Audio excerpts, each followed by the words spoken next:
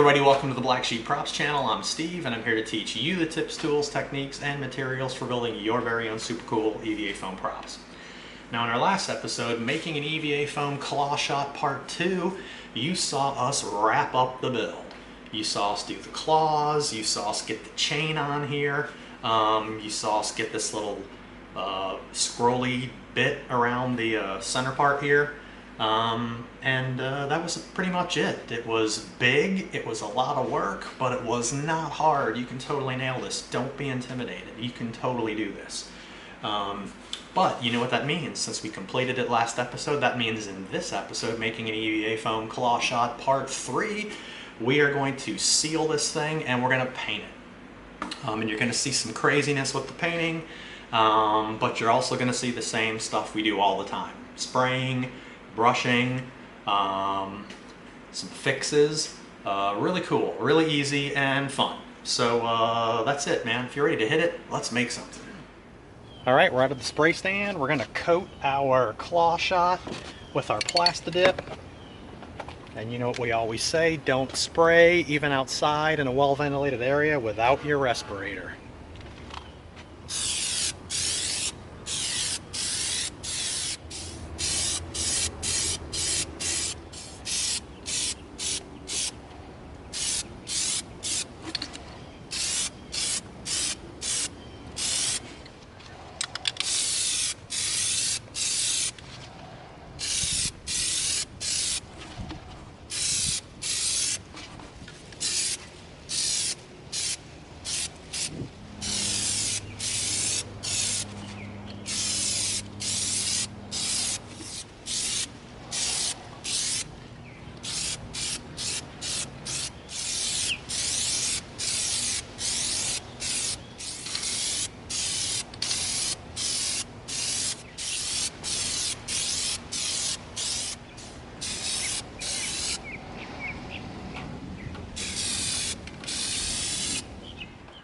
All right, look at that.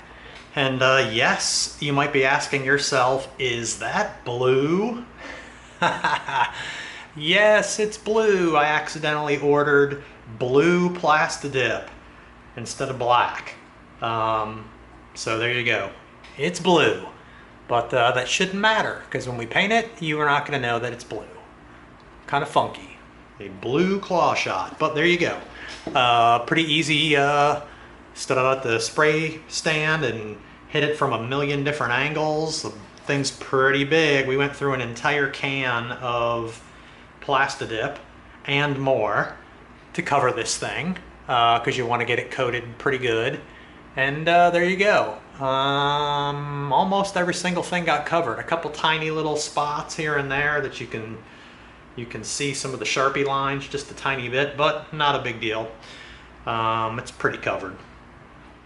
So we're going to let this dry really good overnight so that the Plastidip dries all the way through, and we're going to paint it. All right, check it out. We took our satin black spray paint and we sprayed it.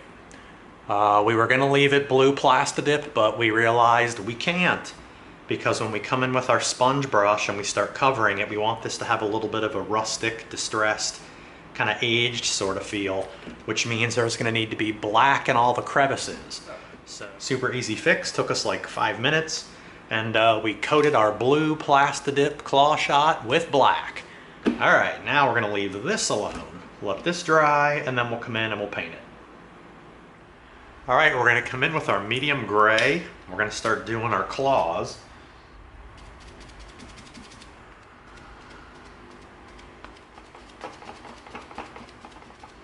All right, we're just going to go around all 3 claws.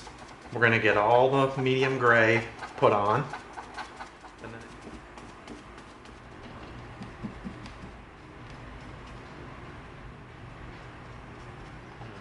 All right, now we're going to get around this piece right here.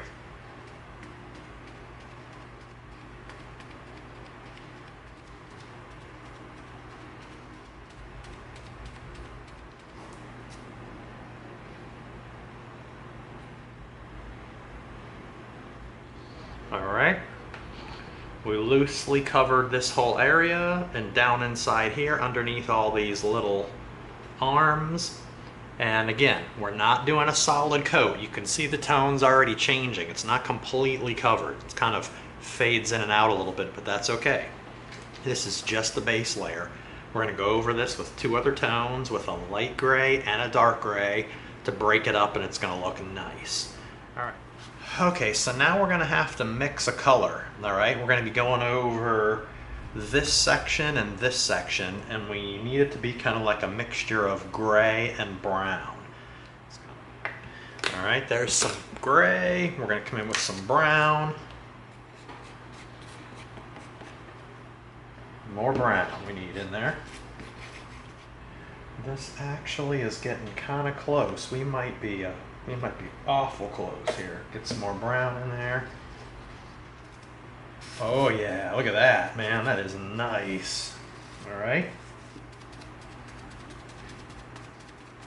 All right, we don't need to worry about getting in the crevices because we want some dark corners, and we don't need to worry about hitting the chain link over here either because we're going to be coming in and repainting that. All right. There we go. We got that nice kind of gray brown color happening there. Nice.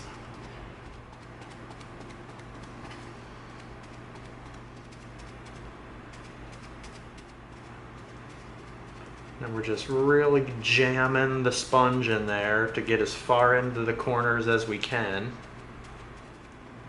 All right, there we go. Check it out.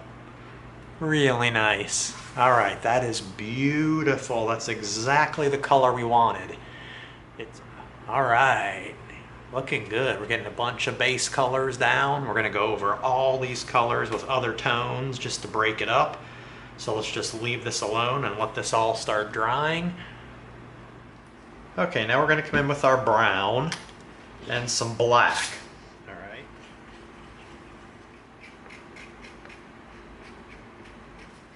Now we're gonna come in and we're going to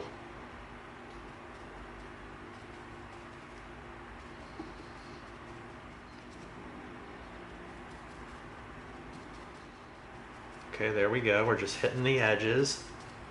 Okay, now we're gonna come in here. That's what we got.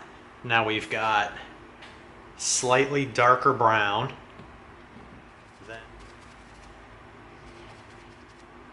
All right, there we go. Now when this dries, you're gonna be able to see the difference between the darker brown we just put down and the light brown, our first color. And we just came around both sections and we broke it up a little bit. We just hit it all around in some different spots just so that there's now two tones of brown. Our original layer of brown and a slightly darker brown in a bunch of the spots. All right, so now we're going to coat these little inner spaces. So what we're gonna do is we're gonna come in with our sunny yellow and we're gonna mix it with some brown to get the color we want. All right, one more little piece of brown in there should do the trick.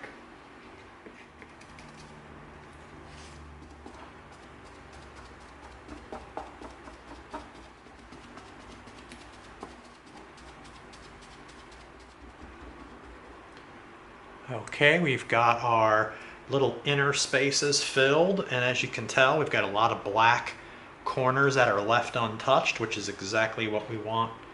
And that's why we're using the sponge brush. There's some brown. All right. Now. All right, there we go. We've got our first color, and then we added a tiny bit more brown. We've got two tones happening in there now. All right, let's let that dry. And then when it dries, we might even come in with an even darker brown just to get some of the edges darker brown. All right, now we're gonna come in with our wrought iron. We're gonna come in over our medium and we're gonna just darken up some areas, all right? So let's come in here.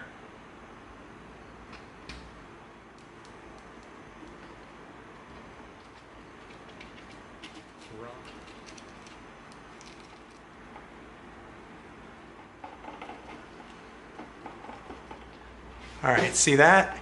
That's what we want to do. We just want to get some areas filled in with the darker. So we've got the medium and the dark. All right.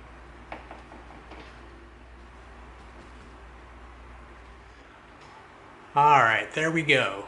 We went around all of the claws in this center section, and we broke up our medium gray with our wrought iron, which is a darker tone of gray. So look at that, how we've got a tone change now. We've got two grays. We've got the medium and we've got the wrought iron. All right, so we're starting to get two tones in here. We're starting to get two tones in here, and we're getting two tones in here, and it's starting to shape up. That's it, man. You see us do that all the time. If you get three tones going in there, it starts to give it that look. All right, so let's let this wrought iron in here dry up, and then we'll move on.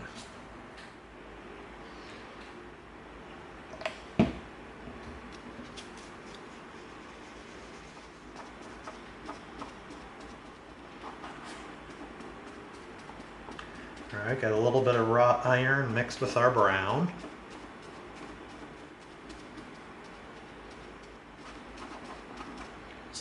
All right, that's about all we want, right there. All right, now we're going to come in with our burnt umber, which is a really dark brown. All right, there we go. That burnt umber is a little bit too light. We wanted it darker than that, so we're going to let that dry, and then we're going to mix it with some black, and we're going to paint it that way. There's some brown and black mixed together. That's what we wanted. That's not black enough. All right, let's try it again.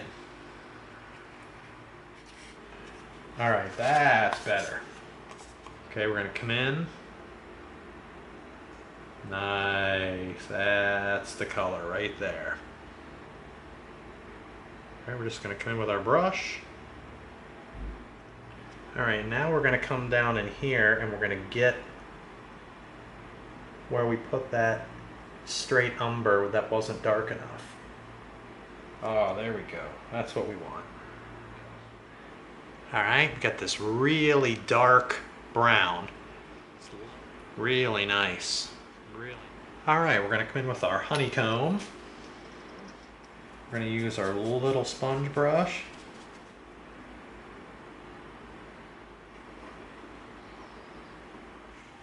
All right, before we get too close here, let's put down our flexible white tape.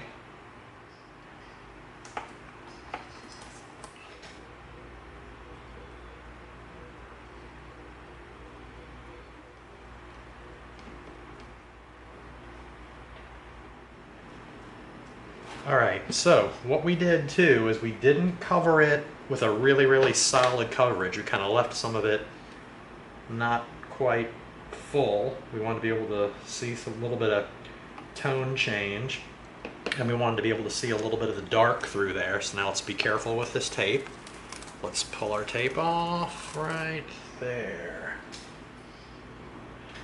Nice. And it's not perfect. There's some little pieces that aren't completely filled in, and we wanted it to look just like that because we want it to look a little bit worn. All right, we're going to hit up here on our brown a little bit, so once this dries, we'll come in and we'll touch that up with a brush. It's coming along. All right, there we go. We've got a dark brown now. We're going to come right into this edge, and we're just going to hit it. Nice. All right, now we're going to bust out a little bit of brown here.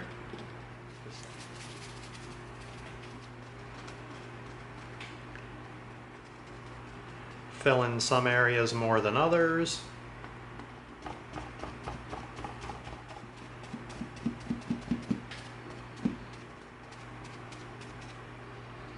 That's it. Look at that. We got a lot of colors going on in here. Wow. There's 3 colors in here. There's 2 colors up here. Now everything's kind of color changing all around. Nice. Slightly worn. All right. All right, now let's get our honeycomb out. Just like that. See how light we're doing that? We're just doing it oh so light with our honeycomb color.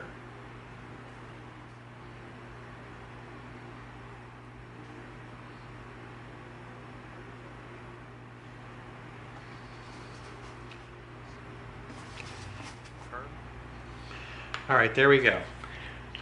All right, so now we've got a bunch of dappling going on in here. We've got our light honeycomb color, and then we've got a brown over it. And then we've got all the tones going on in here. That is nicely aged looking. And then here we came in with our honeycomb, and we just used the side of the brush and just tapped it real light just to get a subtle kind of dusting of the color on there. Looking good. All right, now what we did was we took this white tape we have, and it's flexible, so you can kind of bend it. So what we did was we taped off this area so that we can do a stripe, a double stripe. So we're going to come in with our honeycomb, and we're going to tap, but we don't want solid coverage. We want it kind of like sporadic, thick, sort of. All right, there we go. That is probably all we want. There we go. That's all right, cool. That's what we wanted. It's uneven and it's not completely solid. It's kind of broken up. You can kind of see through it a little bit. Gives it that kind of a little bit of a rustic, worn feel. Okay, now we're going to come in with our steel gray, which is a really, really light colored gray.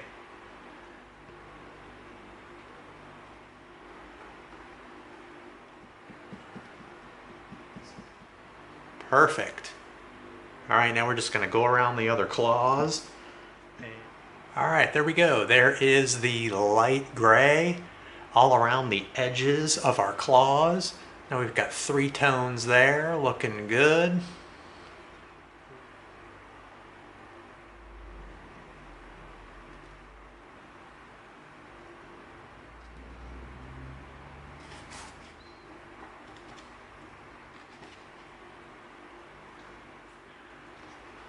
All right, there we go. Look at that.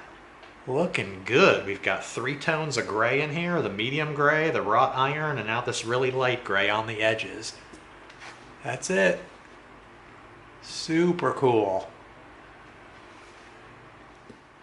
What we're going to do is we're going to mask off just a little bit here because we want to hit it with the sponge brush and we don't want to hit our brown areas around it. So we're going to come in .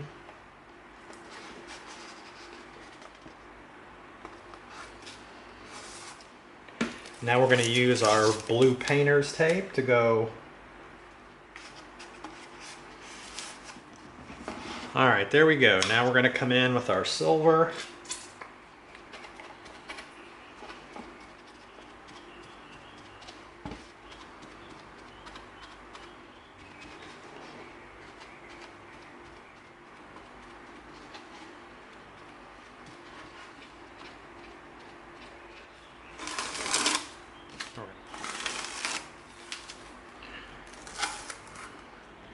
Cool, check that out, man. Looking good.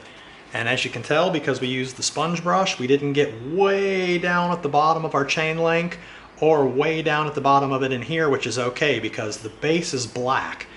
So this is gonna, the silver's gonna kind of just disappear right down into the black, and that's exactly the look right there. No need to get in there and try to finish it all the way off down to the bottom. You kind of lose it down in the darkness anyway. Really sweet, man. All right, now we're going to come in with our pure black. All right, there we go. We're going to come in and we're just going to hit our 3 different arms.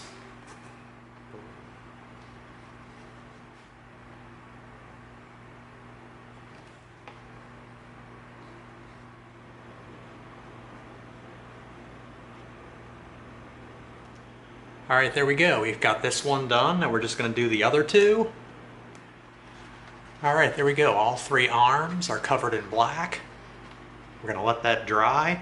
Then we're going to come in with our wrought iron, and we're going to hit some of the areas on that thing to make it look a little oxidized.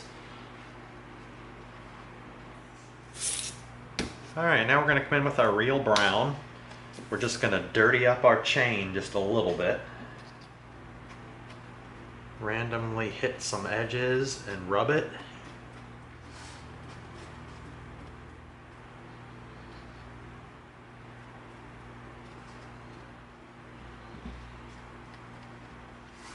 All right, now look at the chain. Pretty cool. All right, cool, not too heavy. All right, now we're coming in with our wrought iron. Really subtle little details we're doing.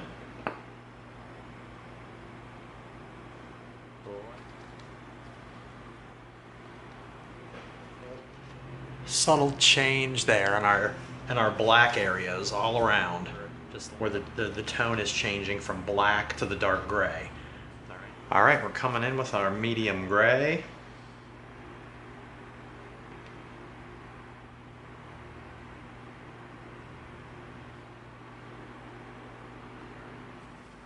All right, there we go. We've got all three of our circles on both sides scratched up. Now we're going to come in.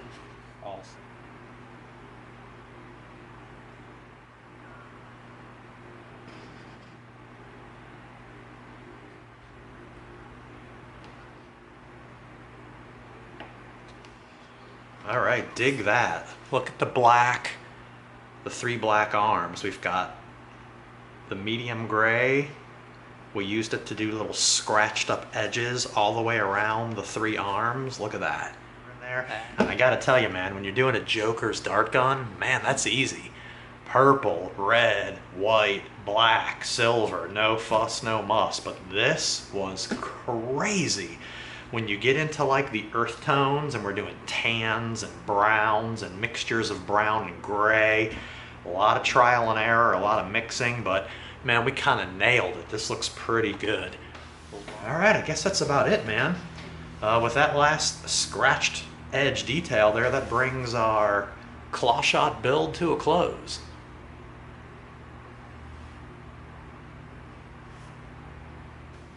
Oh, yeah. There was the paint job. How about that? You saw us have to hide the blue Plastidip, which was kind of odd looking.